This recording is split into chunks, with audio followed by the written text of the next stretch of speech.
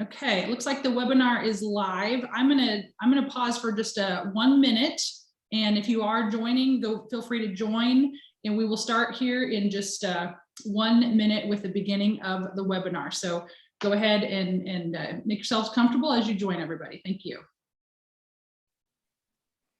I see that participant list ticking up. It's like a ticker.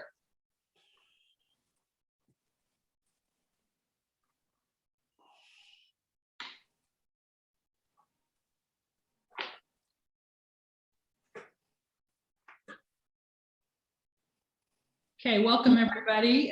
Feel free to make yourselves at home and join us here. We're going to get ready and start with the content in just a moment. You're also welcome to say hello in the chat feature if you would like to do that as you join us today.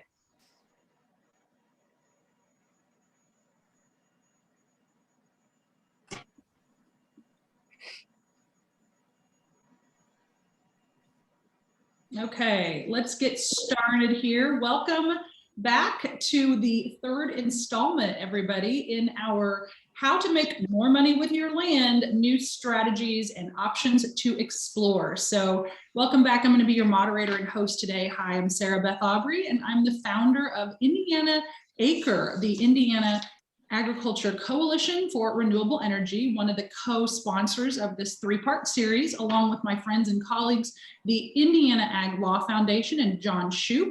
I'll have John introduce himself here a little later in the call. Thank you to John for his participation and for helping us build this set of content. Also to Andy Tower, the policy director for the Indiana Farm Bureau. And we really appreciate both of them bringing all of you to us today. And again, after we do the meat of our content, they will each have a moment and talk to you a little bit more about their organizations and what they have going on, and invite you to join them as well. So I'd also like to introduce Jasmine Eisinger. She's the program manager for IN-ACRE and is the integral part of making the workings of this happen.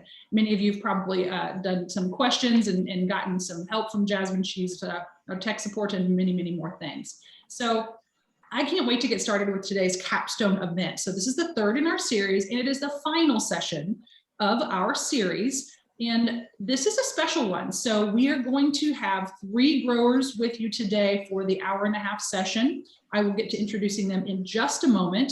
And we're really going to do a live Q&A. And then they're going to talk about their projects today. Specifically, our topic is going to be renewable energy opportunities. So as you know from the beginning of this session, we're exploring everything. Jason Lusk was our first speaker back 2 weeks ago now. He talked a lot about a variety of diversification options and some different ideas. Last week, we had Terry Hall. She's an attorney now in private practice, and she spent a lot of her time speaking with us around the ideas of if we are going to pursue different types of contracts with other companies, whether it's in renewables, minerals, maybe even carbon sequestration, a lot of those things going on. What you need to be thinking about in terms of your contracting and what you're gaining as well as giving up, and really getting some understanding about how to prepare your operation for that. So today we're going to hear from growers. So for those of you on, I'd love to know how many of you are farmers. If you haven't used a lot of Zoom, down in the bottom of the screen, so look down, touch your screen, there is a chat feature, and anyone can chat in there. No, it's not verbal chat, it's typing chat. So feel free to type, your name or say hi if you are a grower. We'd love to know that we have growers on the call. Also, just for quick housekeeping, that is where you ask your questions. So in this kind of format, we talk, but you can interact with us through that chat feature. So if you have questions for us and for the panelists, please type them in that box.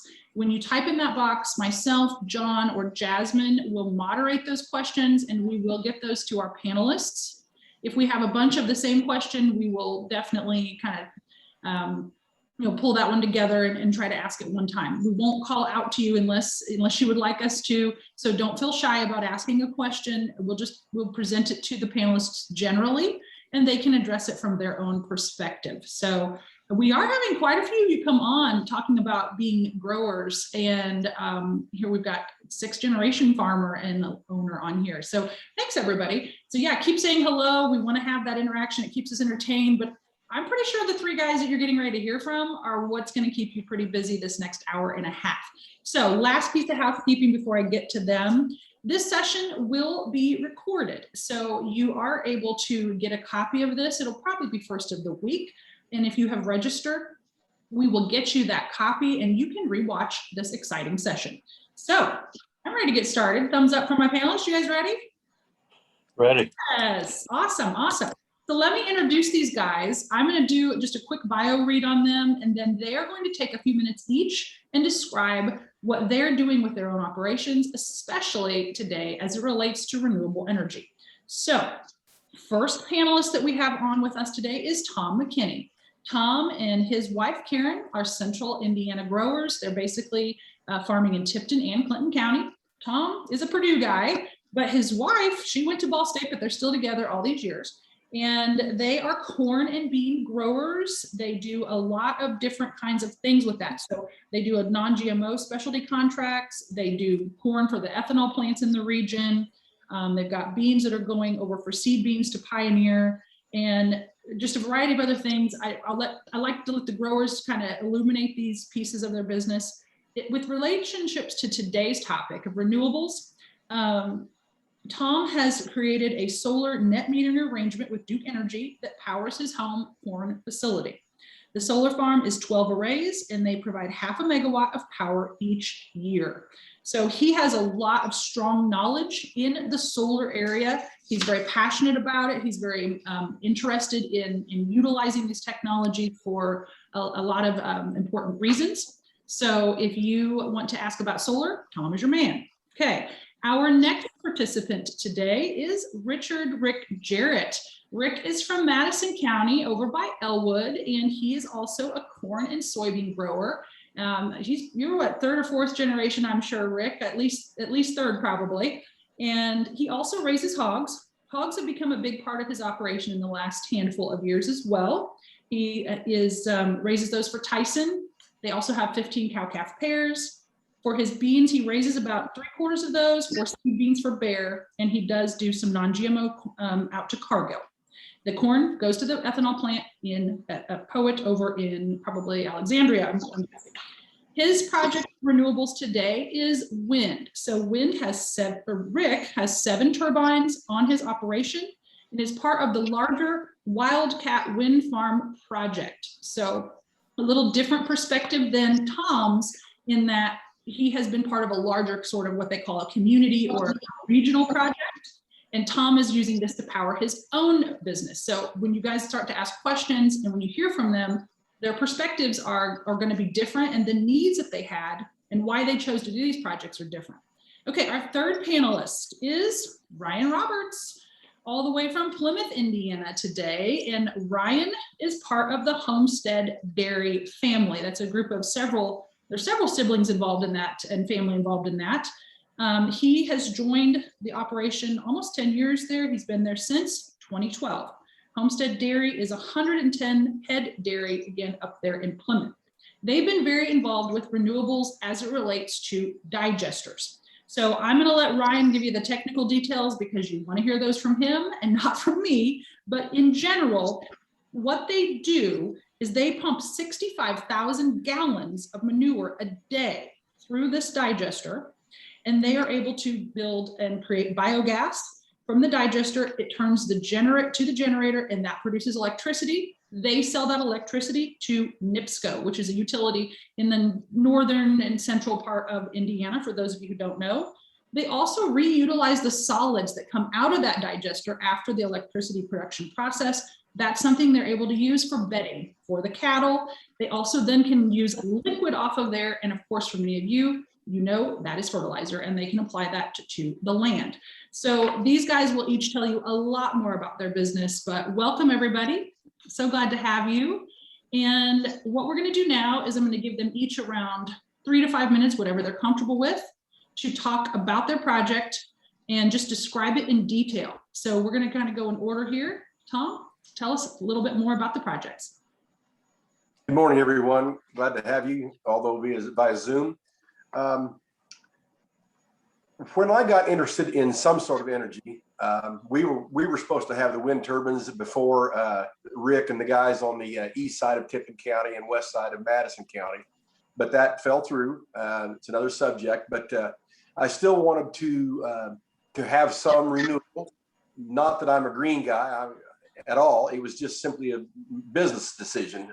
When 6 years ago, when we had $6.50 corn, I wanted to park that somewhere where I could eliminate or reduce some of my expenses in the upcoming decade or 2 or 3. And so we looked into solar. I did buy a half meg solar, 12 big arrays, which sized us perfectly.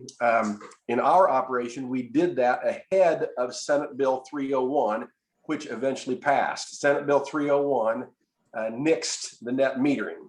For those of you that don't know net metering, that basically means that electricity is like water. It goes back and forth.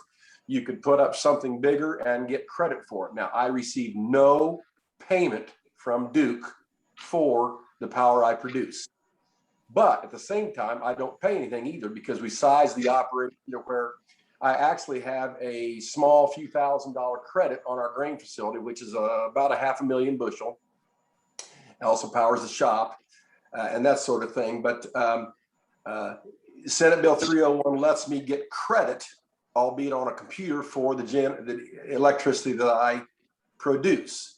When Senate Bill 301 passed, that eliminated the true net metering. People can still put up solar farms or solar operations of their own, and it is still worthwhile to do so, but it kind of changes the picture. Briefly, let me explain. Whereas we suck a lot of our power in late September, October, early November, which is grain dryers and cooling, I'm able to utilize all that banked power at Duke Energy for that. And that's why I end up with a net zero. But since Senate Bill 301 passed, that wouldn't make sense for me to put as big a solar farm up because on the average, I can't use that. I can't get credit for it. So I would be giving power to the Duke or anybody else, whoever provides your power, I'd be giving it to them free, any excess that I was using. So that's why I didn't like Senate Bill 301 and spoke out against it. But anyway, we have virtually no power bill. I have to pay some because my house is not totally tax deductible. And so we have a meter on the house just to make sure and can prove that we are paying for some power because that's not part of the grant system. That's not part of the subsidy and that sort of thing. So we virtually have no power bill for our grain operation here. And it's working out very well. It's very maintenance free. We placed it on ground that was already an old hog lot. Yes, I could have made it tillable acres, but it's not a big deal. It's only like maybe an acre of new ground. So it's worked out well for me. Great, Tom. Thank you for talking about that and describing your project. And again, everybody, as you hear these, you'll hear very different perspectives. So take some notes, and I'm already seeing some questions come in the chat. We will get to your questions here in just a little bit, so keep those coming. Rick, let's hear about your wind project. Well, I farm here in the northern part of Madison County, and we put in the Wildcat wind farm is 125 turbines, and we have 7 on our properties. And this is going on 10 years now. And so I have a meeting with all my family and my aunts and my uncles and neighbors and everybody too. We discuss all this to see what we like, what we don't like. Well, most of us did it. So there's a few neighbors that didn't want any part of it, so they didn't do it, and that's fine. And so that's all worked out well for 19 years now. And then I have a CAFO. I got a big hog barn. And I raise seed beans for Bayer Monsanto.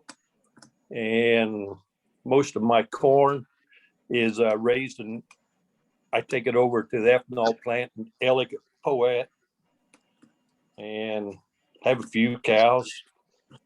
That's about the extent of what the turbine deal, I guess, is the main thing that we're supposed to talk about here. So that's just turned out to be a really good deal for all of us. So we're all pretty happy about it.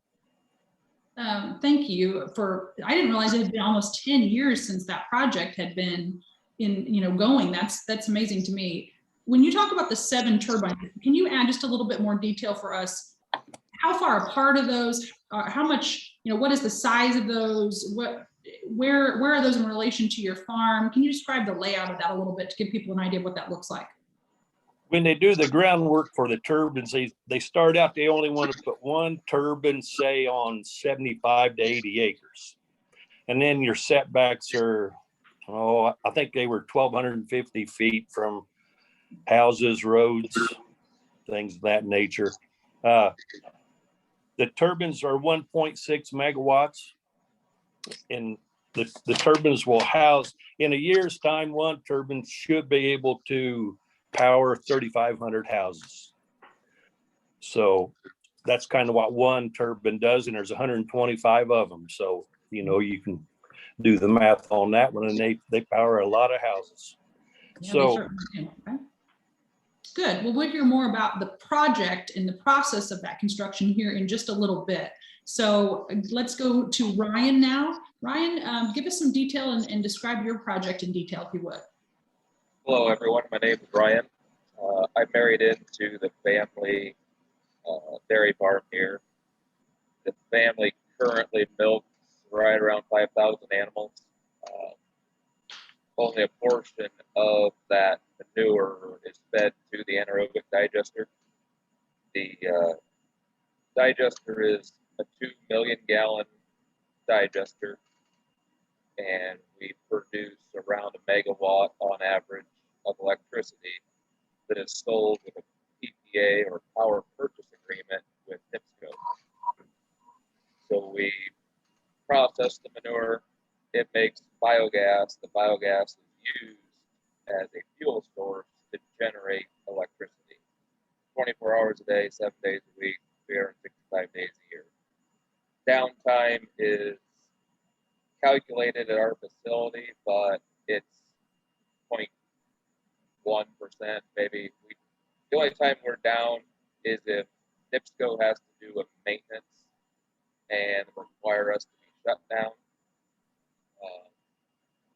We have 2 engines, so we're always up and running, even in the maintenance aspect of the engine side. The facility works really well, and the family decided to do this project really just to generate revenue off of a waste stream, and all the manure handling is still the same as it was. It's just we're generating revenue off of it. Okay, thank you. Good. That's a really good description. How long has your project been going? We started building in 2012, 2013. Mid-summer, we started filling the digesters, and a couple weeks after we started filling them, we started making gas, and a couple weeks later, we were generating electricity. Okay, so move forward from there. that's a great segue to my next question. So thanks to you all for describing your project. Ryan kind of alluded to this. Why did they do it? What was the reason that a dairy farm family wants to get involved in creating this? And as he suggested, in their case, it was to utilize what they, to make more and to utilize what was potentially a waste product at the time that could become something different. Tom, I'm going to send this same question over to you, and then we'll go to you, Rick. What was the reason that your operation began to look at solar, and what interested you in that? Why did you do it? I wanted to start eliminating some costs. And when we had $5.50, $6 corn, it's not like we had excess. I know some people took that as an opportunity to take a big vacation or buy a motor home or buy a property in Florida or Arizona. I just wanted to increase the competitiveness of our operation. And that's why we did it. And it made perfectly good sense because we already had 3-phase here on the farm. We already had the metering boxes, and it was a piece of cake to do. And I just wanted to eliminate a big bill. I thought one of the lesser reasons was because with all the coal gasification issues down at the Edwardsport plant, I just didn't want to help pay for a mistake. And I thought that prices were going to really start going quite a bit higher. And I just wanted to do my own.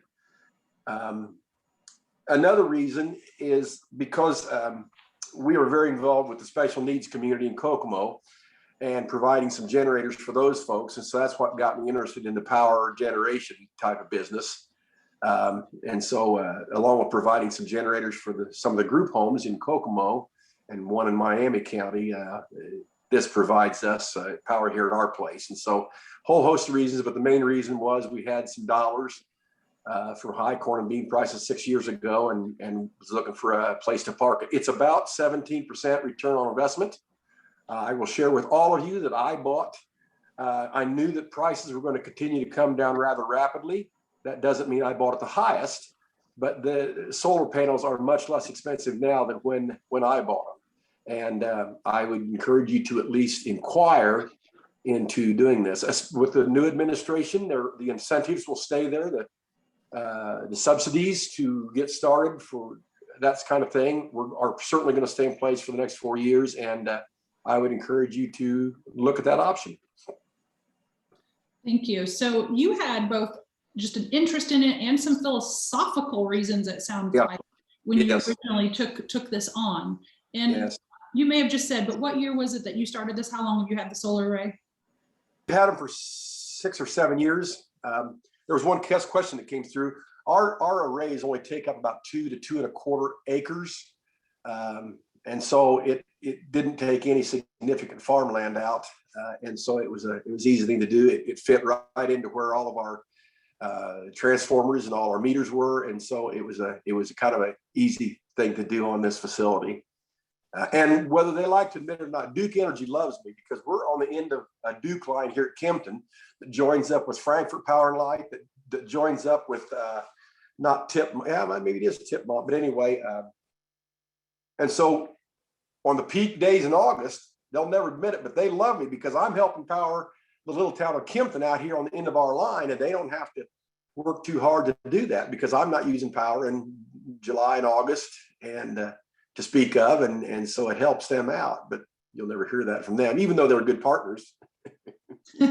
Well, that's sometimes we have different benefits that we see, right? Well, there's certainly some of those. So Rick, I want you to answer the same question. You mentioned that you started to talk about, sort of like Ryan did, that you involved family in this discussion, and not everybody in the family was really, or even the community was ready to go ahead. So for you, when you got involved with the Wildcat project, why did you do that? What was your interest level? Why did you get started there?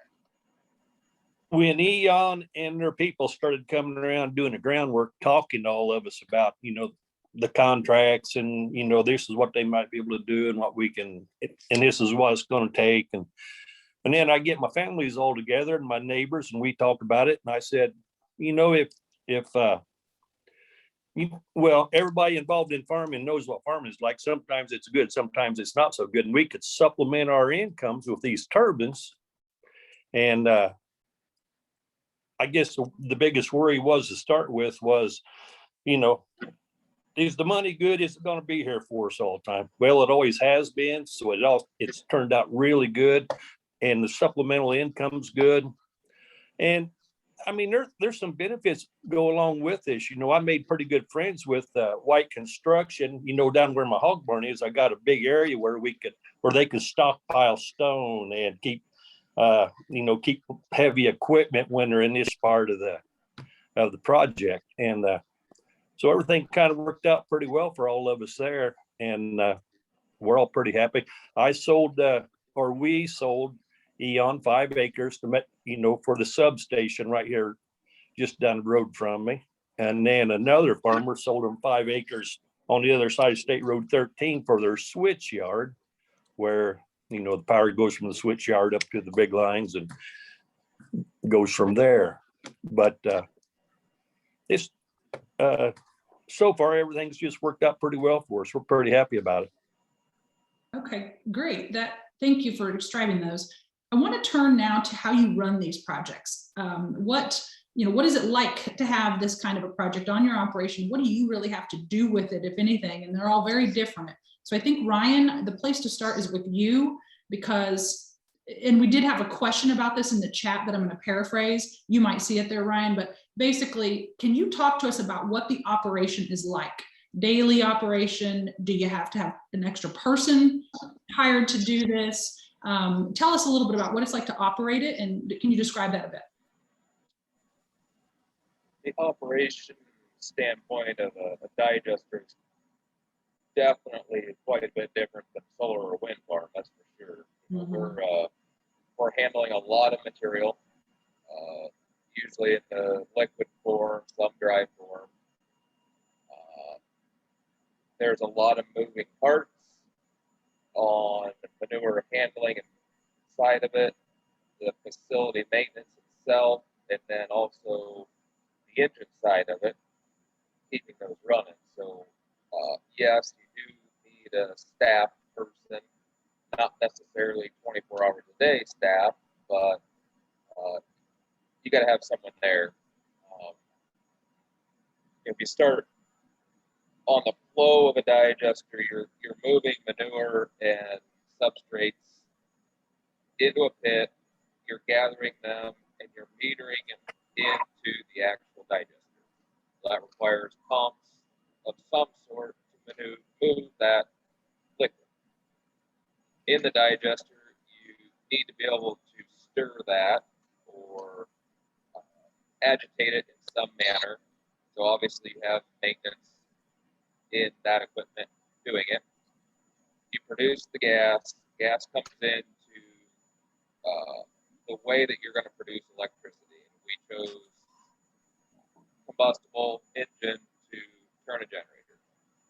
Obviously, the generator needs oil changes. It needs wear parts, maintain. Kind of like your car, you got to maintain it. If you have a person on staff that can do all that, great. Or you got to look at hiring people to do all that. Our facility, I do everything at the facility. Every single thing here I take care of as far as owning it, operating it, maintaining it, and also rebuilding everything. We don't hire anything outside contractors to come in and do it. So when you, since you are the primary operator, what did you give up, or did you have to hire someone else to take over your role, or did you come in and really start this project and stick with it in your case? My brother-in-law, after my wife and I got married, needed help farming, and so I came in, started helping him farm, and there's obviously downtime in grain farming, because we also grain farm and all dairy and the whole 9 yards. Well, my background was this facility fit me well. So I kind of every day run this facility, and then during the farming seasons, I go and help farm, also taking care of this facility. So most of the days during that time, I'm in here checking things, monitoring stuff, and then we go farm for 12, 14 hours a day. The facility runs that good that it allows me to do that. Great, thank you. So as you pointed out, solar and then wind, I think we're going to have kind of almost 3 levels of the amount of daily maintenance in this, with Ryan being the highest. I'm going to go to you next, Tom, because I'm suspecting that you still have some day-to-day. Can you describe what that's like to run your solar array? Well, to be quite honest, I don't. I change the pitch or the angle of the 12 arrays 3 times a year, and that's it. It sits there and does its thing. The people I bought it from, which happened to be Jim Strader and Mike Strader up at Rochester, there's a network where they can monitor. If I have an inverter that's on the bottom of some of the panels, not the arrays, but panels, there were a couple, 3 that went out that I did not know it, and they came out and changed them. So I really do absolutely nothing. It takes me maybe 3 hours a year to have a 17-18% return on investment. And that's why it makes it so simple for me, and it's such an easy decision. Are there issues? Yes, we had a major windstorm with straight line winds. I wouldn't say it was a derecho, but we had straight line winds that bent one of our grain legs and snapped a couple cables and did flip over about 4 of the arrays.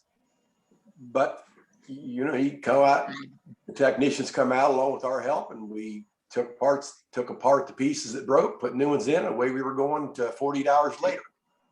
And so it's just real simple to do.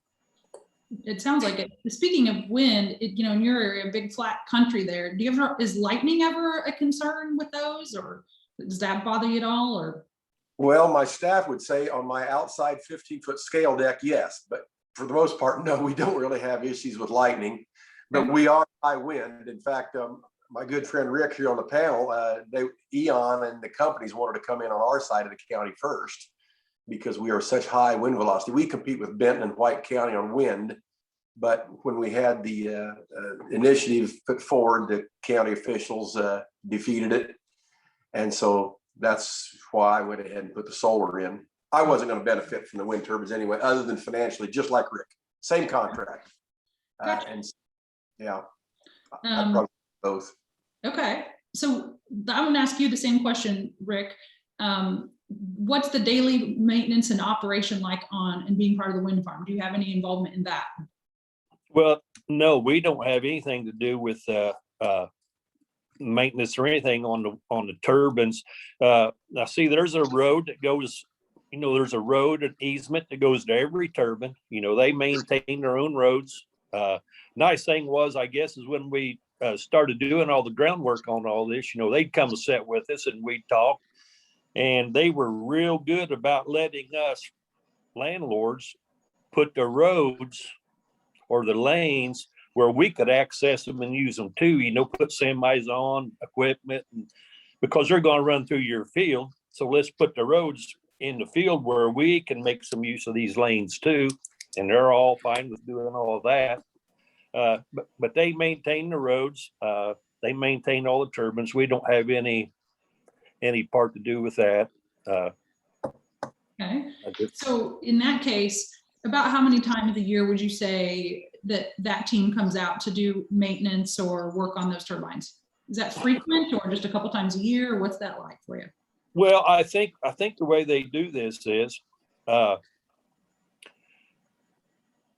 just like the computer says, hey, we're going to go work on D1 today. We're going to work on D3 tomorrow, and just go in, grease, just normal maintenance, and so people will see, say, 3-4 turbines shut down today, and if you see them along the road or something, they're, hey, what's the matter with them turbines? They're not working. Well, it's probably maintenance day.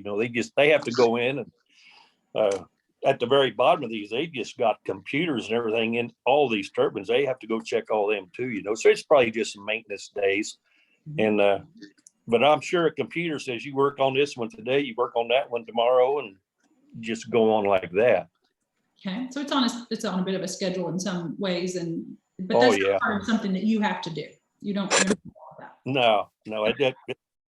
No, any maintenance that they generally do, unless they take blades down or something and have to replace a blade, they very seldom ever get off on your property or anything. And if they do, and you got a crop up, they pay crop damage. So if they get out in your field, it's and make a little bit of a mess, it's no big deal because they're going to pay you for that, and they pay you quite handsomely for that too. So I mean, they treat us right about this stuff. So it's all good.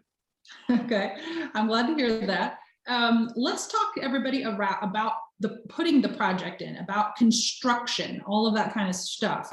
A lot of farmers are used to doing things whether on their own or having projects.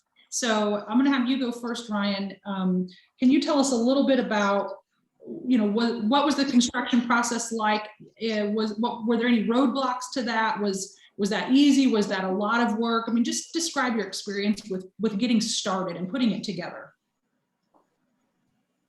Construction process, it took us about a year to actually get the facility start to finish, but that was also building through the winter in northern Indiana. So there was obviously some time where nothing was going on. It moved along pretty good. we did most of our research and design and visiting other facilities up front. So it was pretty smooth, honestly. We had everything that we wanted in place. Construction just smooth sailed through, and steps followed in nicely. As of any project, it wasn't just sit back and relax, but we had most of our decisions made and followed through with those decisions. There was very minimal changing in the process. Okay, that sounds good. Tom, describe putting up a solar array. What's that project like? Most people purchase a turnkey unit where the experts come in and sink the anchors and put up everything. We did some of that, but at the same time, all of the conduit from the arrays to our central 10 by 12 or 10 by 14 electrical shed, we did that ourselves. That was easy. A simple little trencher, putting conduit together, helping the electrician run wire. It's just so easy. And so we did a bunch of that. Were the savings huge? Not necessarily, but it was something we could do and save some funds. But we did let the contractor go ahead and put up the arrays and the panels and hook up the inverters. Because our grain system is 480 volt, we did have to purchase a transformer, which is waist high, fits inside of our electrical shed, to transfer from the 240 inverters to 480 volt for the grain system. But the shop and the house and other things that benefit, that goes to a separate meter, and the 240 inverters underneath the panels and the arrays work just fine. So we were able to help with some of the construction, but not a lot. Okay, and about how long did it take you from when you were ready to go ahead till when you had these installed? Probably the project was a couple weeks. Just like Ryan, we had to deal with some wet weather in spring to do so, and so just nip and tucked around that. For those people who may be interested that are in more of a landlocked situation, if you're considering putting solar panels on your roof or your tool shed or your church roof or something like that, it works. Consider it. But be sure and get a structural engineer or a darn good carpenter to come up and say, okay, I've got enough trussing or I've got enough undercoating and that sort of thing to support them. I had that alternative. I've got quite a bit of south-facing tool shed space, but less than 3 days before, some good friends of mine south of Indianapolis had lost a hog barn to snow load on their barn, and another friend had lost one for the same reason in Montgomery County. So I just said, no, I've got this space. I'm going to put them on the ground. I'm not going to go through a tool shed or a house or a municipal building roof, but don't be afraid to investigate doing so, because it works just fine. And it is actually just about the right pitch to gain 85% of the benefits from the sun. There's times a year that you won't as much, but consider it strongly. That's great. So you're pointing out that you can do these on the ground, on the roof, and I want to ask a little bit about footprint, the amount of area. You don't feel like it takes up too much of your space, or would you, it's fairly compact for you? Yes. Again, I'm using about 1.8 to 2 acres, of which some of that was existing barn lot that was unused. And so my footprint is very small. I've been part of a group that talked to some of the FFA, some of the school corporations around. There is technology that you could put those on a higher post, such that you could put vegetable crops, sheep, maybe cattle. I have not seen any of those, but I do know that some places are doing that. Now, obviously, if you're going to pull maintenance, you'd have to have a small boom truck or a little man lift of some sort to do certain maintenance if you're going to put them on a 10 or 12 foot stilt. But a lot of the schools were asking, hey, can we not only use this to power the school and our municipal buildings here, but can we use it to grow fruits, vegetables as part of the ag classes or the biology classes, produce some of the food for the schools? I do know of somebody that uses it to pasture some of his sheep. So the technology is there to put them on stilts. don't hold me to this, but 12, 15 feet up and that sort of thing. And so lots of options. Yeah, we are, and we may have some questions about that later, but we are definitely seeing these things are changing and the options are definitely growing. So Rick, I want to ask you this question too, but with just slightly different bent in your case, because I know most of that construction was done by the company, a little different than the very on-site projects that Tom and Ryan had. Can you talk a little bit about how close are the wind turbines to your home? Does it bother you at all, or like tell me a little bit about that and that sort of thing? Well, we have the closest turbine we have to our house is 1,500 feet away, and after it's there a week and up and running, you really never notice it being there anymore. I mean, every once in a while, if it's real foggy, you'll hear the blades turn a little bit, but very seldom is there ever any. A big thing that people was worried about was the flickering effect. The shadows going through your windows and everything. Well, if you're 1,500 feet away, you're not going to have that flickering effect. Plus, you don't hear them. Just very seldom do you ever hear them. And so, as far as living close to one, to me, there's just not a downside to it. I mean, we just don't have one. Okay. Well, thank you. That's good description from all of you. A little bit around how the projects got started, what it was like to live with these projects and work with them. I want to flip back to a question around the financials, the planning, and this may be a brief answer, but as you are looking at doing the math on this, what's the projections? What's it going to make me? What's it going to cost? What am I going to earn? How am I going to, potentially have this? How's my land being utilized? Did you do those projections yourselves? Did you go ahead and bring your accountant in and have them build those out for you? Did you get your attorney involved right away to craft that? Did you call Purdue and have somebody up there help you? Would each of you just answer a little bit about how you did the math, the projections, the values as you were putting the project together? And I'll start with you, Ryan. Boy, as a dairy farm, looking at a digester project making power, there's obviously the power purchase agreement. Okay, that's what's paying the bills for your facility. And as long as that PPA works for your economic model, that's fine. Whether you believe in it or you hire somebody to have it looked at, that's what pays the bills. But the other benefit is all the other benefits that the digester provides for the dairy farm on the backside other than the power purchase agreement. And that's where these facilities really shine or help CAFOs in generating income. Great. We did use like an engineering firm, but the financial part of it was pretty cut and dry because you have a contract of X amount of cents per kilowatt made. If you can make that, it's going to make money. If it ain't, it's not. So the process was very straightforward. It was really straightforward. I mean, it was laid there in front of you. It was right on NIPSCO's website. It still is. Their contract's still right on the website. All right, very good. Tom, how about you? Did you do this, calculate this stuff out yourself? Did you bring in some professionals to look at it with you?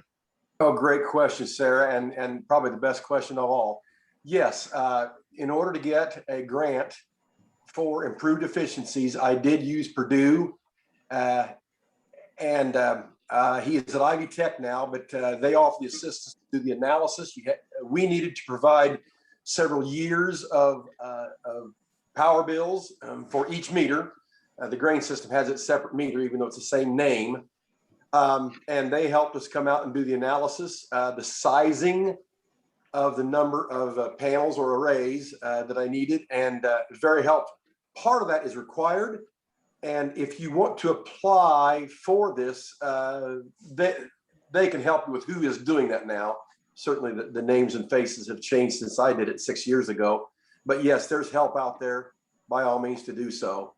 As an editorial here, the subsidies to help, I hate the word subsidies, the incentives to help people with alternative energies will clearly be here. That's probably a good thing. When we were going through Senate Bill 301 several years ago, it's kind of sad that 301 was passed, meaning it was a blow to us out here in the state. The people that were so for, a lot of them were church groups. Well, they really didn't necessarily need net metering because they weren't going to put enough panels to be able to sell it and make it a profit center. But the advantage, which I hope we relook at, is for people like out here on the farm, like me, who I use a lot of power in especially October. And thank goodness I got net metering, because otherwise it would not have been near the incentive. The other solar operation that I'm aware of here in Tipton County has a couple of big poultry barns. It was worth it to them to be able to put up solar, even though they were after 301 passed. I think it's 301, give me some latitude, because they use enough power every single day to power the fans and the feed systems for their poultry units.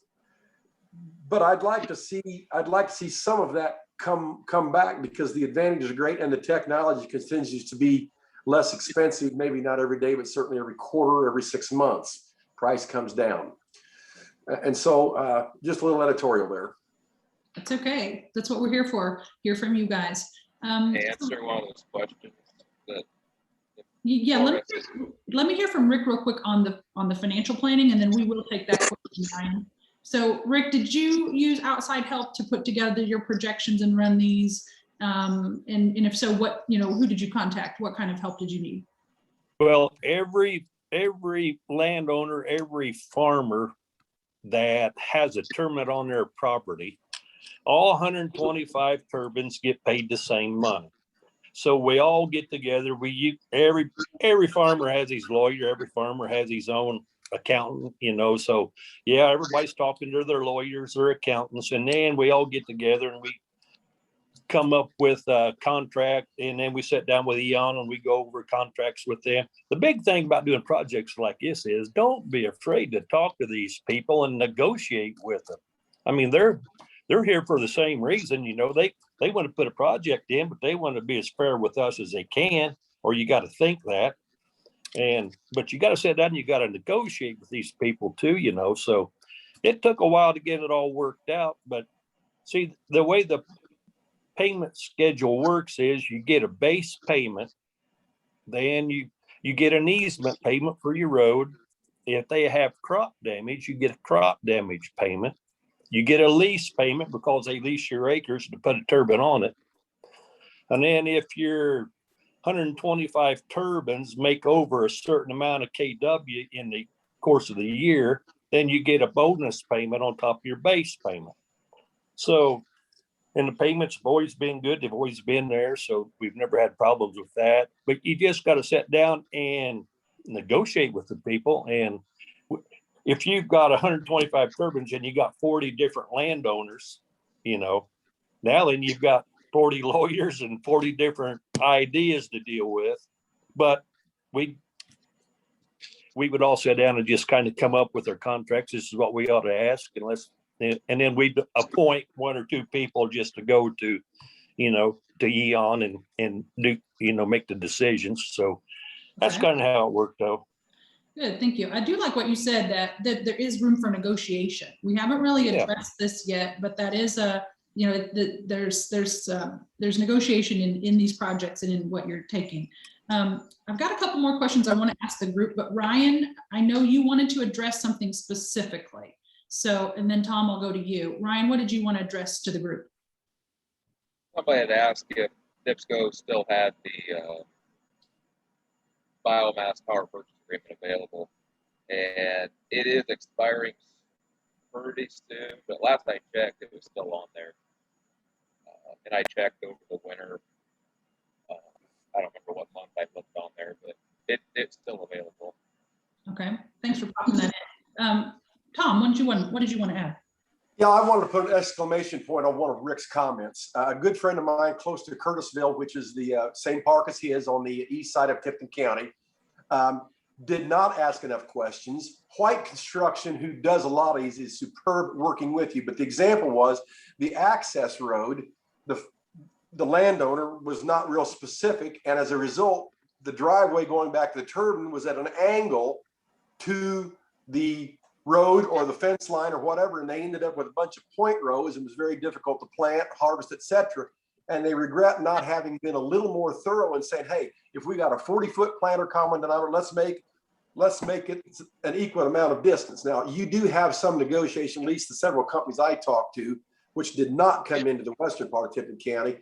You've got plus or minus a few 50 to 100, 150 feet on where the turbine goes. It doesn't have to be this specific spot, but the roads, spend a little extra time if you are being invited to be part of a wind park to where you want your roads and make them common denominator of one planter or the next planter you're going to buy. But they are very good to work with. They really are. Great point. That you can, do these kinds of things and really get some changes made when you ask the right questions. Okay, so we've got a lot of questions from the panelists, or excuse me, from the from our guests. But I have one that I want to ask the group before we get to the variety of individual questions, and we will. There are a bunch of those coming in. Please keep them coming in. We will do our best to get to all of them. We'll try to paraphrase them to answer succinctly for group questions. So let's talk about the community, and I want to hear from each of you. What is the process like with your community when you begin to put in a project like this, a renewable energy project? And what has the response been from either your community or your neighbors? How have you navigated those discussions? And how has that been for you? And if you would each talk to me about that and share whatever you'd like to there. Tom, I see you kind of nodding at me. I'll let you go first. Tell me a little bit about the community involvement and their feelings about your projects.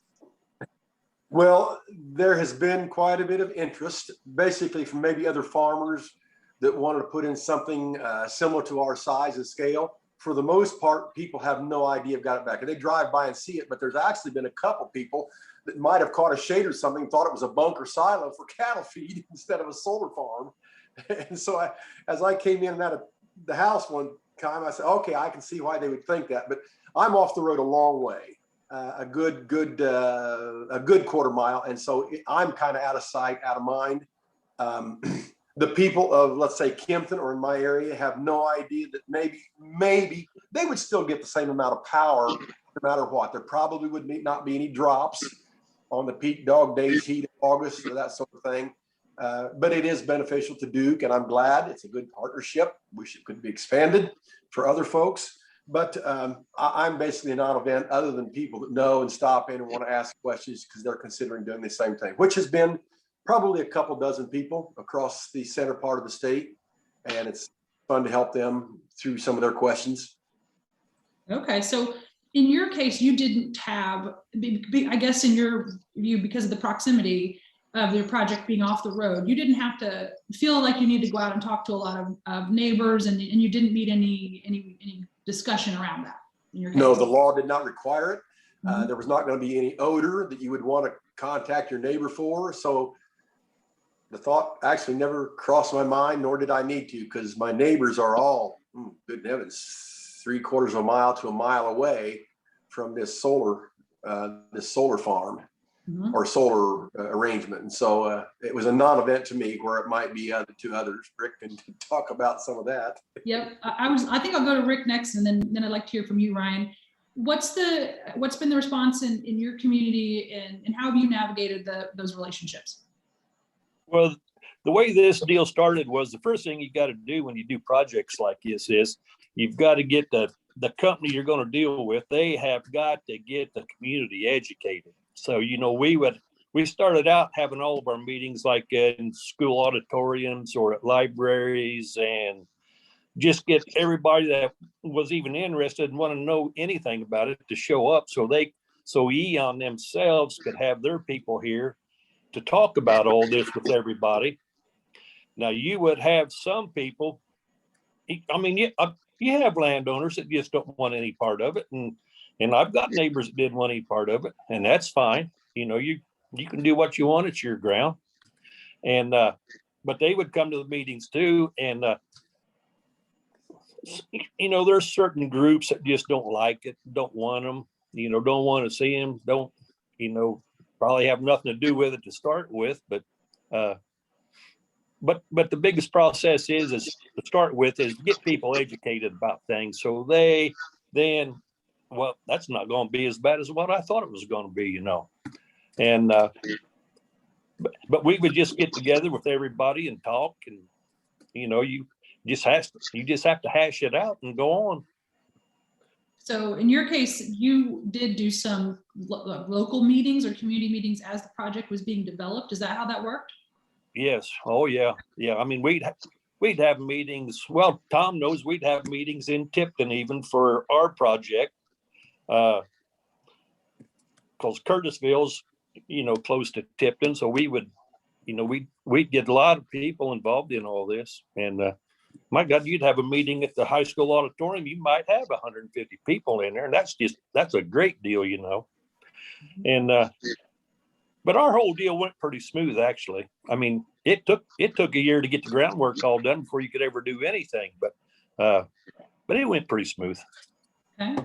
Ryan, tell us about your experiences in putting this project in as it relates to your community and your neighbors. As with anybody that's involved in a CAFO, odor is an issue.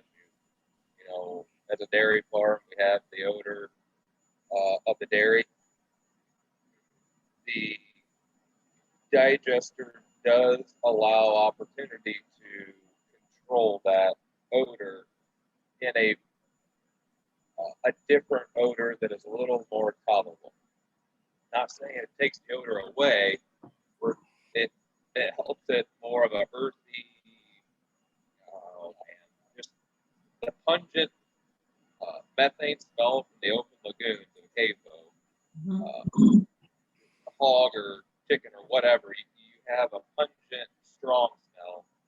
And in processing this material, transitions that to something a little more tolerable. Odor's still there. It's more odor management than anything.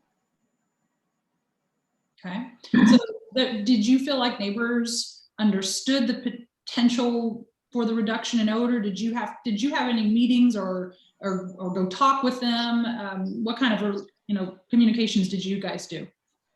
We had to follow the same IDEM requirements as if you're going to build a CAFO.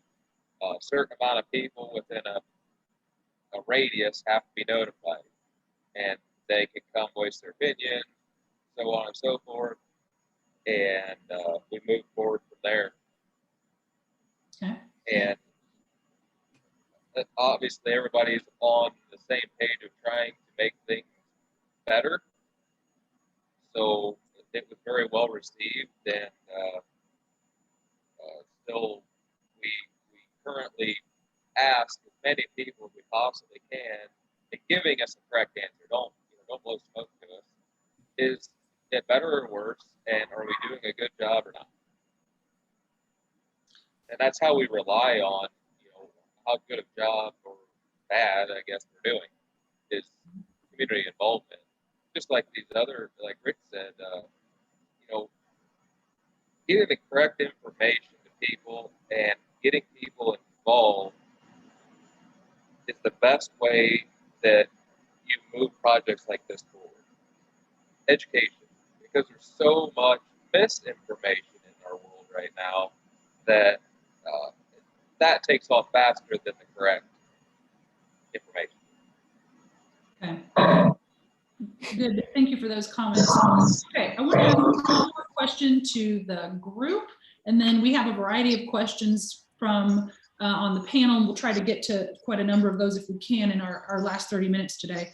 So for you all, some of you have had as much as a 10-year process already with this particular style of alternative income, a unique project. So you've had some experience with this now, all of you, and I hope that the audience has heard that their experiences are varied, the projects are very different. Tell me, where do you go from here?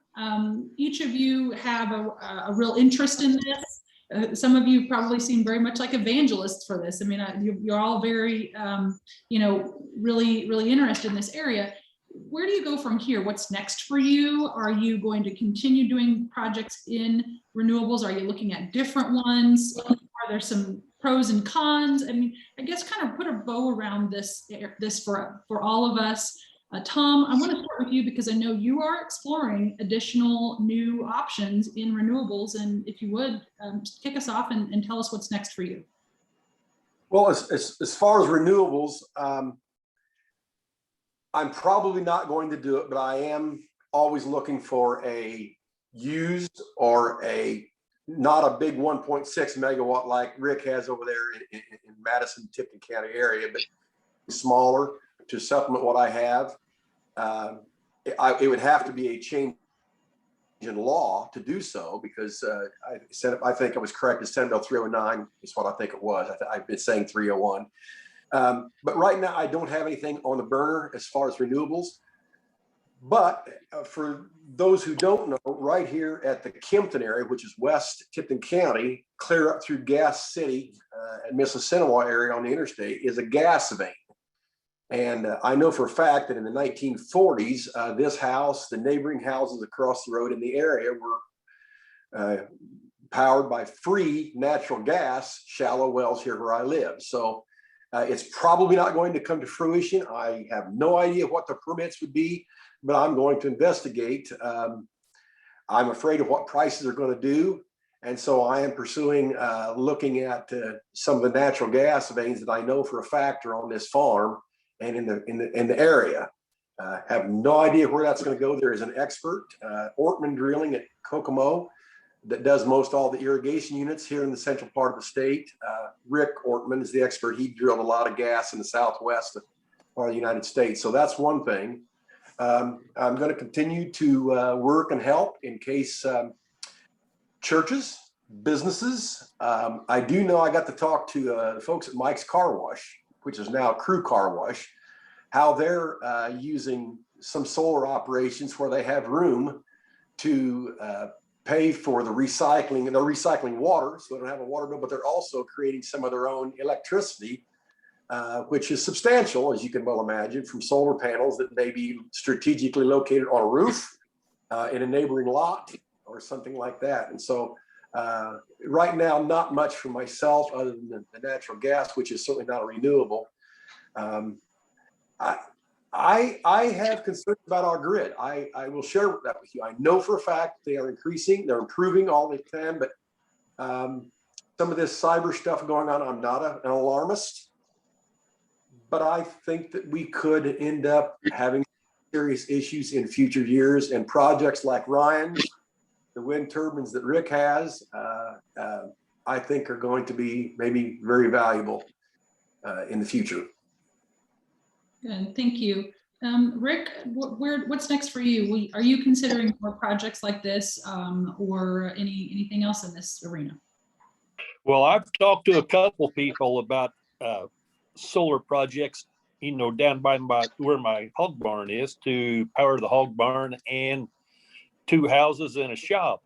And that's something, I think my family would entertain the thought of doing. I got to get a little farther along with this. And then I just wish there was a solar project close enough to me that was interested in my acres, because I would definitely be into a solar project. But I can't get in the one down by Frankton or right off State Road 28. It's just not coming far enough north for me. So I'm always thinking about something like that. Okay. Ryan, how about you? We're actively involved in looking at a solar project.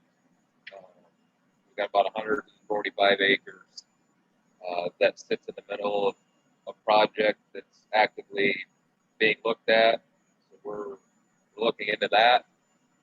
We're also looking into doing another biomass facility, in the near future, I guess. I would say immediately, but we're definitely keeping an eye on it because we know how well this facility works for us and what it can do. Okay, sounds good. Thank you, gentlemen, for sharing that. So what I want to do now is we want to take a quick moment and make sure that the other two hosts for our event today can say hello and be part of the conversation. And then we will circle back to questions that we will take from the chat. And I'll get to a few of those. So Andy Tower, I want to give you the microphone first to say hello and just talk about Farm Bureau for a moment. Well, hello, good morning. My name is Andy Tower. For those of you I don't know, serve as the Director of Public Policy for Indiana Farm Bureau and appreciate the panelists joining us this morning and sharing some of your insights and sharing with members and others that are interested in these type projects. For those of you who don't know, Farm Bureau is a grassroots membership organization. We're fortunate to have members in all 92 counties around Indiana. And really, one of our main thrusts is, education, member engagement, and then advocating for rural needs. And so one of the things that has really been highlighted, and Tom kind of touched on it, some legislation a few years ago. There's been some legislation considered this session that would be dealing with siting for wind and solar. And what's really interesting is we have members across the state that are pretty equally divided, on their approach, their views of renewable energy projects. And so, I think this whole series has been really good to kind of frame up all the opportunities out there because we do know we have members on both sides of the coin on this. But, one of the things I would ask, if you're not a Farm Bureau member, please join. It doesn't take a whole lot to be a member. And as I saw some of the comments in the chat, I mean, by being a member, you can allow your voice to be heard and help us develop better policy that we can advocate for rural Indiana as we go forward. Because as we all know, there's a lot of things out there in the community that are changing, whether it be, the sustainability, renewable, conversation, climate change, all those things. And it's going to take a broad group of folks to be able to come together and help us chart a path to the best solution for rural Indiana. So again, appreciate the panelists' time today and appreciate everybody joining us. Thank you, Andy. And we really appreciate Farm Bureau's participation and bringing us what basically is this, an opportunity for discussion, for dialogue, and for exploring opportunities. And our point with this program is not to suggest which opportunity is best for you, rather to provide you information so you can make that decision for yourself. And John Shoup, I'd like to hear from you now with the Indiana Ag Law Foundation. Thank you, Sarah. And again, I want to reiterate thank you to Tom, Rick, and Ryan for their presentations today and conveyance of information about their experience. As Sarah mentioned, my name is John Shoup. I'm an attorney and director for the Indiana Ag Law Foundation. Essentially, we do two things. Today is a good example. We like to listen and present information about topics of interest to agricultural stakeholders. Certainly with a legal bend, we are the Ag Law Foundation. One good example and one quick commercial. This summer, we'll have our estate and succession planning for the family farm event, which we'll have more information about that. But I think that is a good example that, estate and succession planning impacts every single farm in the state. And we're certainly proud of that series and hope to see many of you there as well. The other thing that we do is we become engaged in litigation throughout the state on topics that are precedent setting and impactful to Indiana agriculture. Great example, a case that just wrapped up last year, took about 5 years, but over in Hendricks County, we had a challenge to Indiana's right to farm statute. And we had a successful outcome to that case at the trial court level, at the Indiana Court of Appeals, at the Indiana Supreme Court, and then it was also a petition to the U.S. Supreme Court to hear that case. And again, our right to farm law came through strong, unscathed, and I think a strong right to farm law benefits all of Indiana agriculture. So if you want any more information about that or would like to talk about that case or other cases that we're involved in, my contact information is here on the screen. I'd certainly love to talk to you. And again, thank you to Sarah and IN-ACRE and Indiana Farm Bureau, Andy, the public policy team for partnering with us on this program. And with that, I'll turn it back to Sarah. Thanks, John. And before we take the questions, just quickly, if you're curious about IN-ACRE, the organization that I founded, and also along with Jasmine Eisinger as the project manager. And we recently added a new person to our team, Travis Murphy, who will be handling as our director of outreach and advocacy. So we're a free organization. We're here to be a grassroots group that basically represents landowners and farmers that have an interest in renewables, whether they have some installed in their operations, such as the individuals on the line with you today, the farmers on the line, or if they're just interested in these and want to learn more.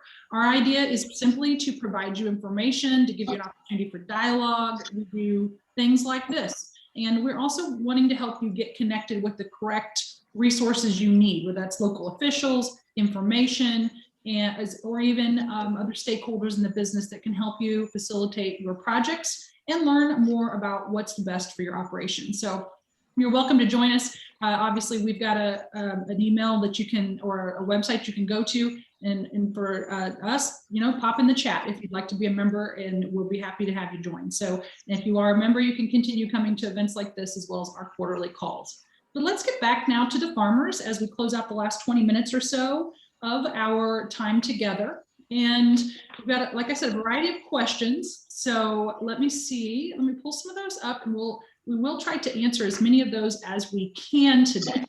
One of the earliest questions that we received, I do want to take first, and it's around the permitting process.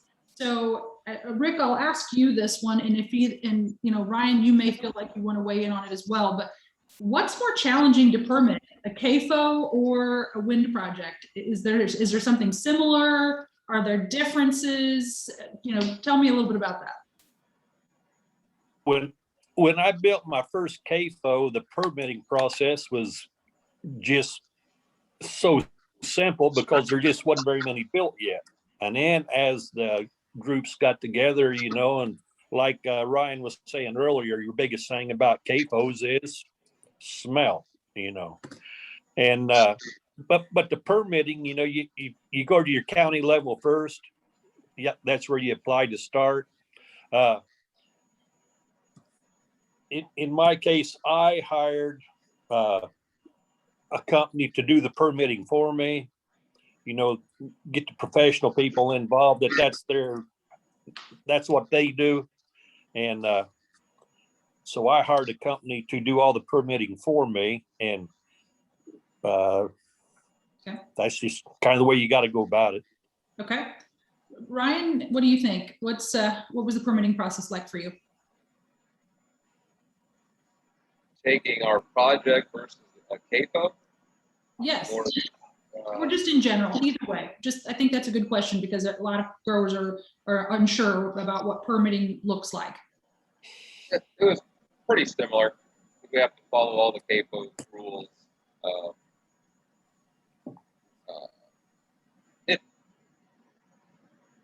It seems cumbersome, but it's just following the rule of law.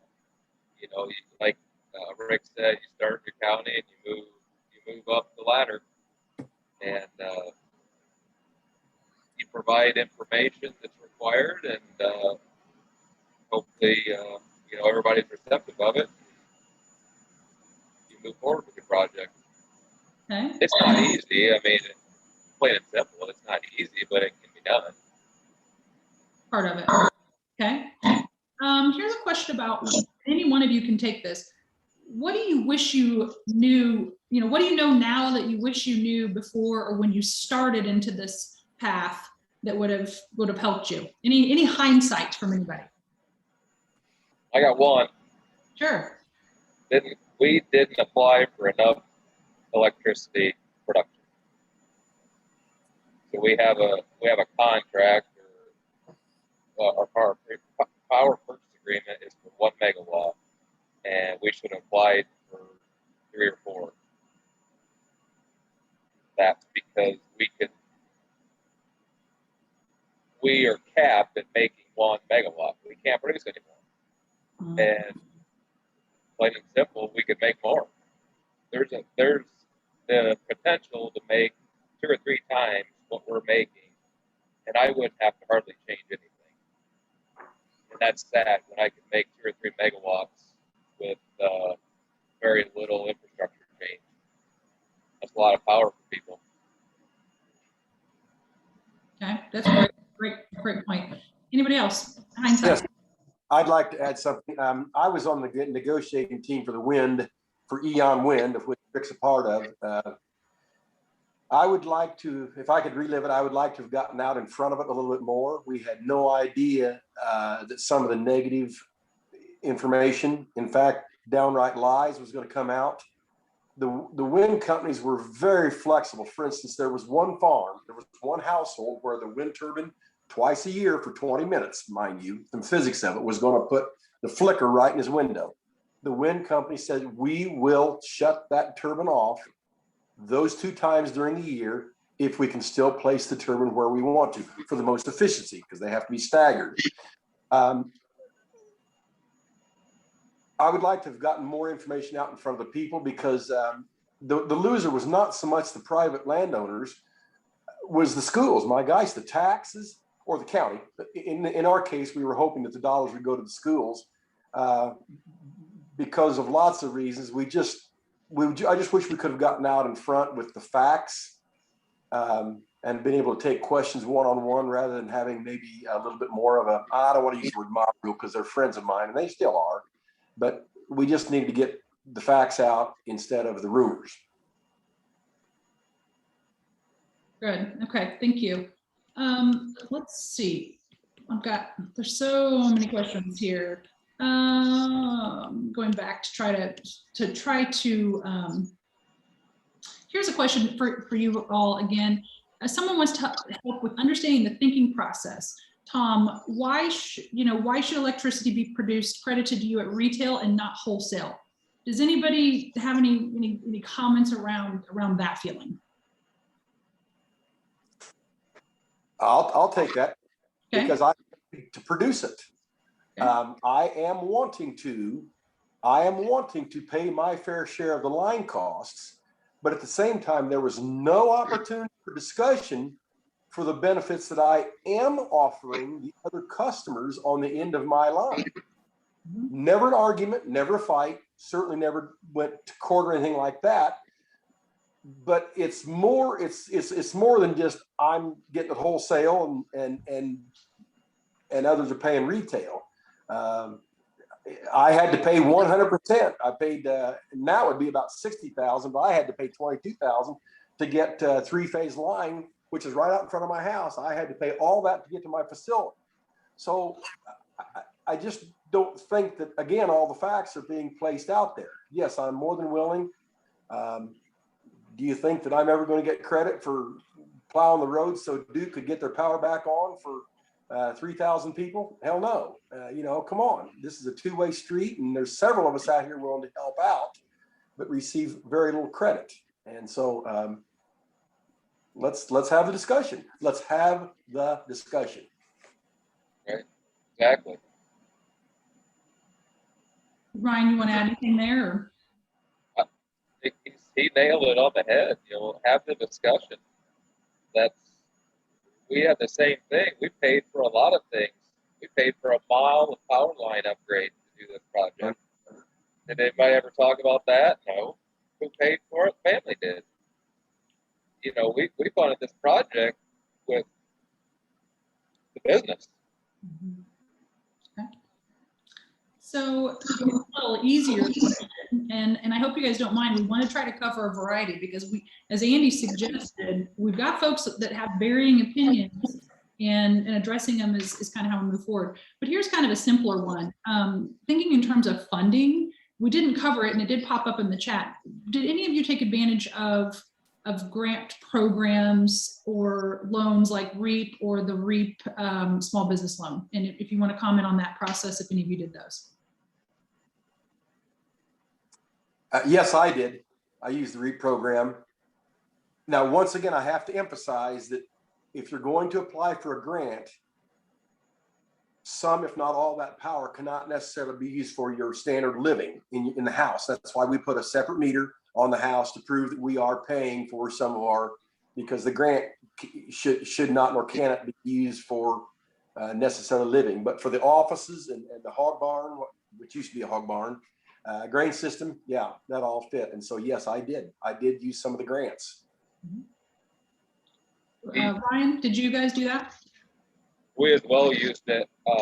It was a tool available to use, and you know, think what you will of it, but we used it.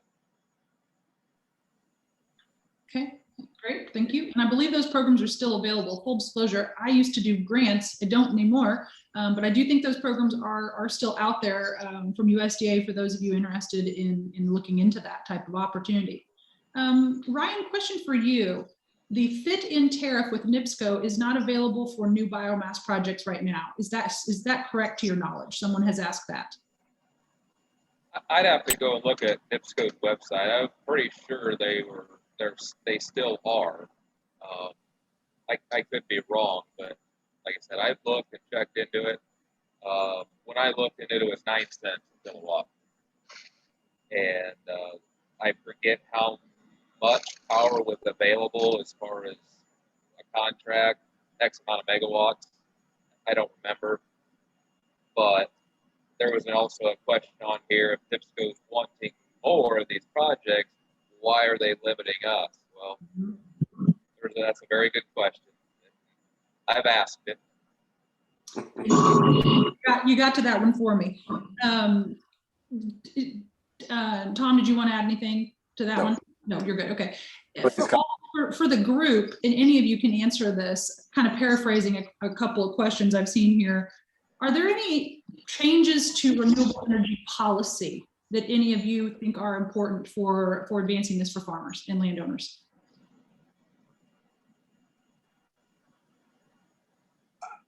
I would like to see a modified net metering come back. It was outlawed 5 or 6 years ago. I just think there's lots of advantages. However, part of that discussion needs to be that, yes, funding needs to be taken care of the lines, of the transformers. And I certainly want to pay my fair share, but there are some advantages to working with them rather than leaving it as a monopoly. Yes, I had a visit with the power plant operator. He was superintendent of one of the big power plants on the Ohio River in West Virginia, just up from Cincinnati. If we shut those guys down, he said it takes us about 6 hours per 150 kilowatt turbine to get fired up. So, okay, so we have a situation like Texas had, 6 to 12 hours to get fired up. By that time, a lot of places are going to be frozen up and that sort of thing. So we need to go hand in hand, and let's have the discussion. I don't think that rural community like Ryan and I are wanting to take over the Dukes. There's no way we can even think about doing that. But certainly there's a place where I think less than 1% renewables, maybe a little more than that, but something like that. Well, that's a pretty small amount. Wow. And so I think there's a place for that. Again, there were many churches that were there in testimony at Senate bill. I think I was correct in Senate 309, if I recall correctly. I don't know that there needs to be a special carve out because they just want to put up a few panels and reduce their heating bill, or a small business of some sort. But for those of us that maybe have a bit more space or a little bit more capital or a bit more interest in it, doggone. But right now it's pretty one-sided. Utility Regulatory Commission and things like that. I'm not whining because I like the arrangement I have, but I did get grandfathered in for net metering, and others did not. I just looked at NIPSCO's website. It's still on there, open for application.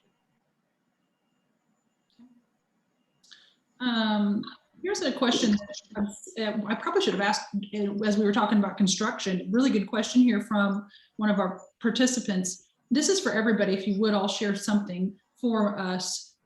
These projects, wind turbine, for example, they said around a 20-year useful life. What is the useful life of your project? And what's the plan after that? Do you have a plan? How do you decommission it? Do you update it? Can you all just kind of share what happens after the current useful life is coming to its end? Ryan, I'll start with you. Well, our facility is concrete. It's obviously not going anywhere anytime soon. We do have a contract end date, which is 6 to 7 years from now. We're sitting right here in the middle of it. As far as something going forward, well, if there's a contract to do what we're doing, we'll probably maybe gravitate that way. But if not, we'll just take the power back to the dairy. We're making a megawatt, and we're using between all the dairies probably 1.5 megawatts a day. We're a big power consumer, so we have that option just to go power our own stuff. And granted, our engines are going to be pretty old and of age then, but we could upgrade those and make our own power for the CAPO units. Okay, thank you. Tom, your project. Yeah, Sarah, 30-year, and I'm 5 years into it, 5-6 years into it, so I got 25 years left. Well, that puts me well into my great granddaddy days. So we'll see what happens then, but I'm good for several more decades. I would hope it continues. Technology is only going to improve. Thanks to Elon Musk and other people that are working on battery. I actually foresee a future subdivision setting aside a few acres, however big the subdivision, setting a few acres aside for solar panels, maybe a small wind turbine and a battery bank. And my guess is down the road, you'll have a choice of, do you want to get your power off of a NIPSCO or a Duke or an REMC or whatever, or do you want to do it here? You may not even have a choice. If you're going to live in this subdivision, we have our own power. This is what you're going to use, and you're going to use renewables right here. I'm sure there is something like that in the nation somewhere, but I haven't seen it. But I see the renewables, especially solar and battery, only continuing to improve nth-fold. Good, thank you. Rick, your project's a little different because you're part of a community of a project. Can you share any knowledge you have about what happens at the end of that useful life and what happens with your involvement in the project? Well, the contract states the contracts are 30 to 40 years. Now, we're 10 years into this, say now, and I don't see these turbines going anywhere. But and like Tom said, the technology just gets better all the time. So my guess is that when these turbines, when they start maintaining, new parts come out, they're upgraded all the time. So I can see this deal lasting easily the 40 years. And then they say if they have a decommission fund, what they have to decommission, they have this fund already. They're supposed to take care of all this project, but I just don't ever see that happening. As technology gets better, these turbines will be upgraded and they'll be making power, I'm sure, well after I'm gone. Great, thanks, gentlemen. I did see in the chat a few opportunities that I wanted to call out to the group, just so everybody reads those. For example, the Office of Energy here in Indiana, if you're an Indiana listener, which I know most of you are, they have a grant open right now. Let's see, OED grant open for rural energy efficiency out of the Indiana Office of Energy. So for those of you if you want to take a look at that. I saw a couple other comments. There is a federal tax credit of 26% that applies through the end of 2022. I wanted to make sure we kind of had people aware of that. And then we've also got a comment on the deadline for getting installed to have net metering as an opportunity for you is currently through the end of June 2022, which will lock you into that net metering opportunity through 2032. So just a few kind of, for the good of the order, housekeeping items. So I want to go ahead and wrap up at this time. I'd like to give each of our panelists a chance to add one more comment if they'd love to share with the group to wrap us up. Ryan, I'll start with you. Can I comment on the LCFS credit somebody had talked about earlier? Yes, feel free. The RNG is obviously attractive to a facility like ours because of California's LCFS credit. I'm not a fan of it because it makes no sense whatsoever to me, but it is very enticing because of what it pays for. But that comes from you and I. I mean, we're paying for it. It's a government program. We look at it. It is attractive, but it's a tough pill to swallow for me, I guess. Somebody had asked me that. I feel that it's an opinion. You can think what you want with it. It's just not. It's not for me. What is that credit? Could you give just a quick snapshot of what that stands for those listening? The LCFS. Yes. Low carbon fuel. So we would make biogas, clean it up, take the impurities out of it, which is then natural gas. Okay, just like you cook with. You would put that on a semi, a vessel, and drive it to California, burning diesel fuel or natural gas, and take it there, and they would use it. They pay you a lot of money to do that. I'm not a fan of that. Put it in a pipeline, do something with it like that, and reward the customers that invest in doing that, and use it locally. Thank you. Anything else you want to add as we close out today, Ryan, before I let you go? Anybody has any questions on a biomass facility, big or small? They work for small scale. It just comes down to CapEx. What you want your farm to look like. Good, thank you. Rick, any last comments from you as we close out today? Anything you want to share? I guess the main thing that I guess I would say just goes back to, we've kind of talked about it already, is if anybody out there is thinking about any kind of these projects, CAFOs or wind or solar, get with your people and just hash the problems out and talk with each other. Stay open with everybody and just get it worked out. That's the biggest problem in the education of people that I see with all these projects. Great, thanks. Really good point. Tom, we'll end with you. Any last comments for us today?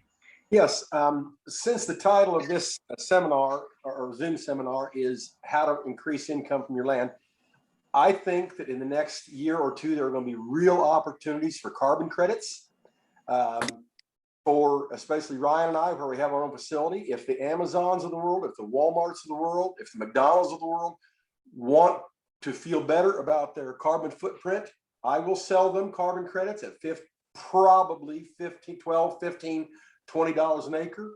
I think that tillage practices or farming practices can enhance that.